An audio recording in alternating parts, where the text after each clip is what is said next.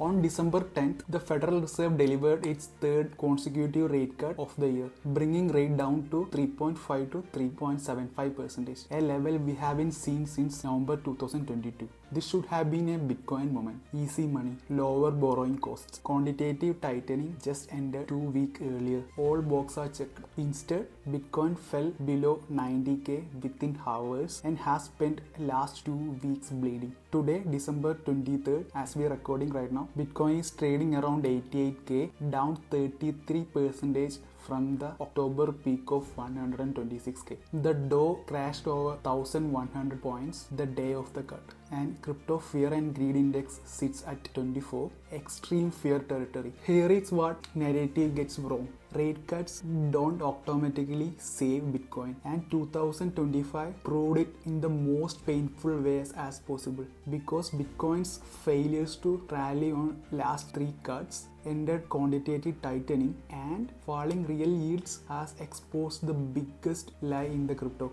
that Bitcoin is an inflation hedge. Today I am showing you what actually drives Bitcoin, and it's not what most people think. Let's rewind the tape. The Fed's easing cycle just started in September 2024 with a massive 50 basis point cut. Then they delivered 2 more rate cuts in November and December 2024, bringing rate down from 5.5% to 4.25%. Bitcoin loved it. It rallies from 60k to a peak of 108k by mid-December 2024.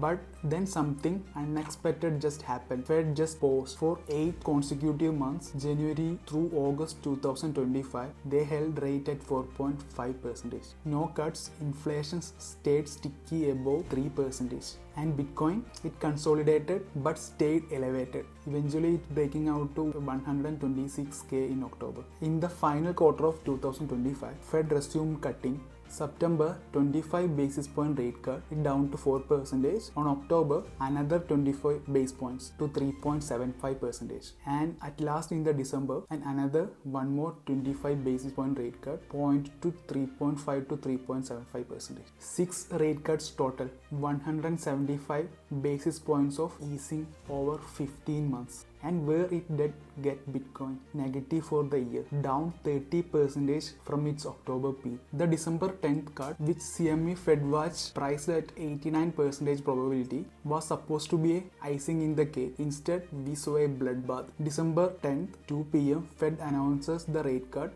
Bitcoin barely spiked towards 95k. Within 24 hours, it below 90k. By December 11th, it reaches around 85k. And here we are on the December 23rd, as we are recording this video, it holds around 88k, down 30% in 2 months, posting the worst Q4 performance since last 2018 bear market. 6 rate cuts, 175 basis points of easing, Bitcoin down 6% for the year, 22% down this quarter alone. And during a period where Fed cut rate 6 times, not 3 times, even ended the quantitative tightening. If rate cuts were the magic bullets that everyone claimed, Bitcoin should be at 150k. It's not right now, and that's the problem. So what happened in the December 10th meeting that everyone missed? 2 words: hawkish cadence. The hawkish cut and 2 Kevins. December 10th decision wasn't just about cutting rates. It was about what Fed signaled about 2026, and the signal was brutal.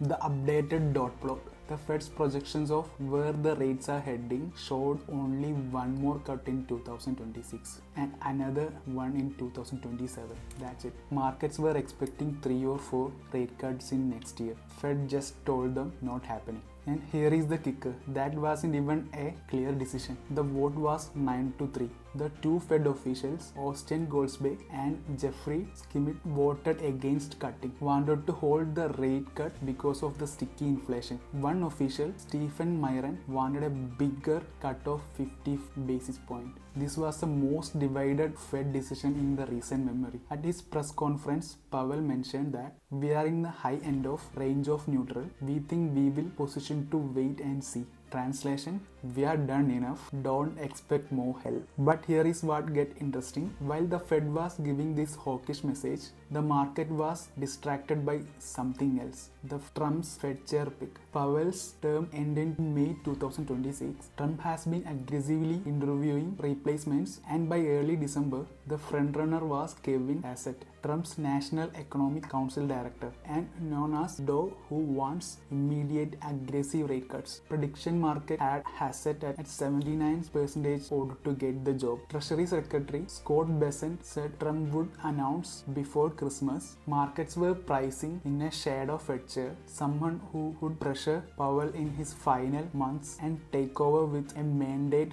cut thing. But on December 12th, everything just changed. The Trump told the Wall Street Journal that now he is considering Kevin Warsh, a former Fed governor known for being hawkish, independent, and willing to stand up to political pressure. Quote, the two Kevins, Trump said. Markets freaked out. Bitcoin, which had been clinging to 90k, fell below 86k by December 16. Why? Because Warsh isn't going to deliver the easy money that Trump wants. And if the Hassett's odds are falling, that means Fed might stay restrictive far longer than anyone expected. This is the hidden story of December 2025. Bitcoin didn't just react to the rate cut, it reacted to the loss of hope that a dovish Fed chair would ride to rescue in 2026. Why rate cuts failed Bitcoin? The liquidity myth. Alright, let's go to the core issue. Why didn't 3 rate cuts didn't save Bitcoin? Because rate cuts doesn't mean liquidity, and Bitcoin trades on liquidity, not on interest rates. Here is the mechanics that most people will miss. When Fed rate cuts, it will make borrowing cheaper. In theory, business and consumers borrow more, banks lend more, money circulate faster,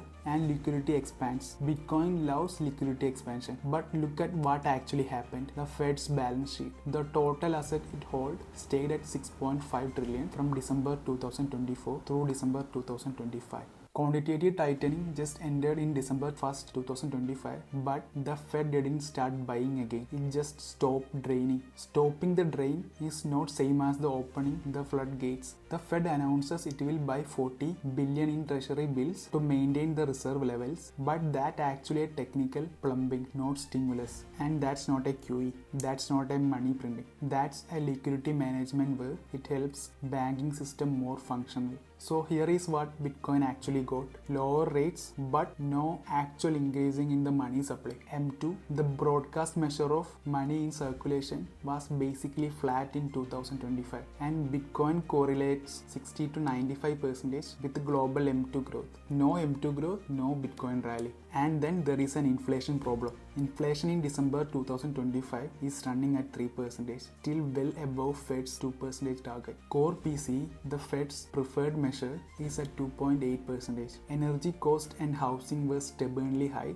The Fed even raised its inflation forecast from 2.1% to 2.5%. This is the environment where Bitcoin should thrive in, according to the inflation hedge narrative. Currently debasement, above target inflation, falling real yields, but Bitcoin down 30%. Why? Because inflation without liquidity expansion is just a stagflation light. And in this environment, the Fed can't ease aggressively, which kills the hope for the massive money printing that Bitcoin needs. The inflation hedge narrative is dead, which brings us to the uncomfortable truth in 2025 that has been forced on Bitcoin investors. Bitcoin is not inflation hedge, never was. Look what actually hedged inflation in 2025. Gold rallied 37% to near $4,500, a new all-time highs. Silver hits 64 per ounce, a record. These are the real inflation hedged assets. They perform because of sticky inflation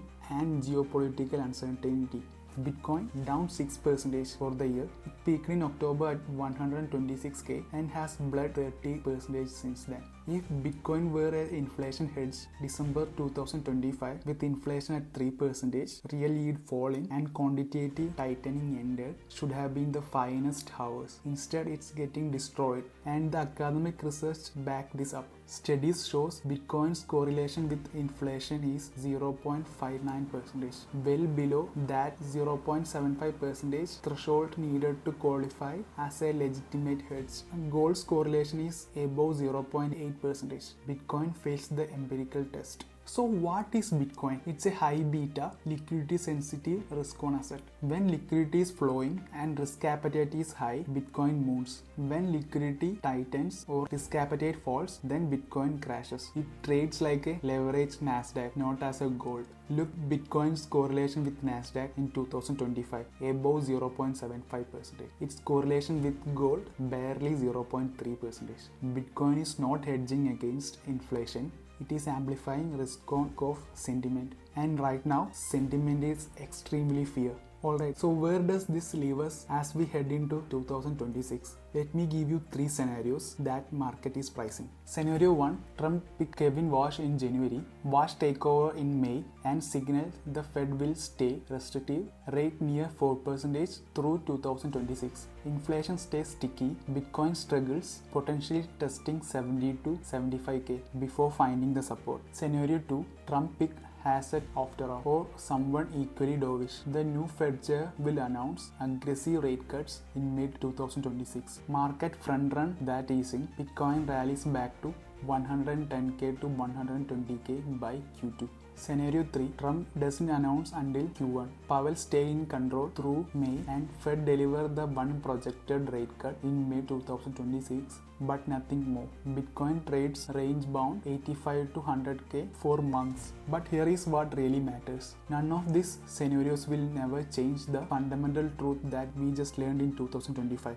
Bitcoin doesn't rally on rate cuts. It rallies on liquidity expansion. And liquidity expansion only happens when central banks actively injecting money, that is QE, not just rate cuts. The next Bitcoin bull market won't come from Fed cutting to 3%. It will come when Fed's balance sheet expands again, when M2 money supply start growing, when the crisis is very bad enough that they have no choices but to print. And that's not happening yet. Bitcoin is heading into 2026 down 6% in 2025. Its first negative year since 2022. It posting the worst Q4 since 2018. Institutional adoption continued, regulation improved, Trump got elected, and Bitcoin still ended the year in the red. Key takeaways. 1. 3 cut in 2025 didn't save Bitcoin because they didn't expand the liquidity. The Fed stopped draining but didn't started printing. That's not enough actually. 2. The inflation hedge narrative is dead. Bitcoin fell 30% while gold and silver hit all-time high during the same inflationary environment. It's a risk-on environment, not a store of value. 3. The Trump's Fed chair pick matters more than any single rate cut decisions.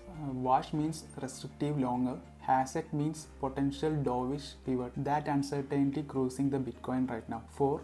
Bitcoin doesn't trade off interest rate levels, it trade-offs M2 money supply growth. Until the Fed balance sheet started to growing, Bitcoin will struggle. And 5. Q1 2026 is make or break. Either Bitcoin holds 85k and builds a base for next leg, or it breaks lower and we are in for 6 to 12 months of pain. If you want to understand what actually moving Bitcoin, not narratives, not opium, but real institutional flows and macro drivers, then this channel is your edge. I cover Fed policy, ETF flows, on-chain data, and global liquidity every week. Hit subscribe if this breakdown was valuable. Comment below with your take.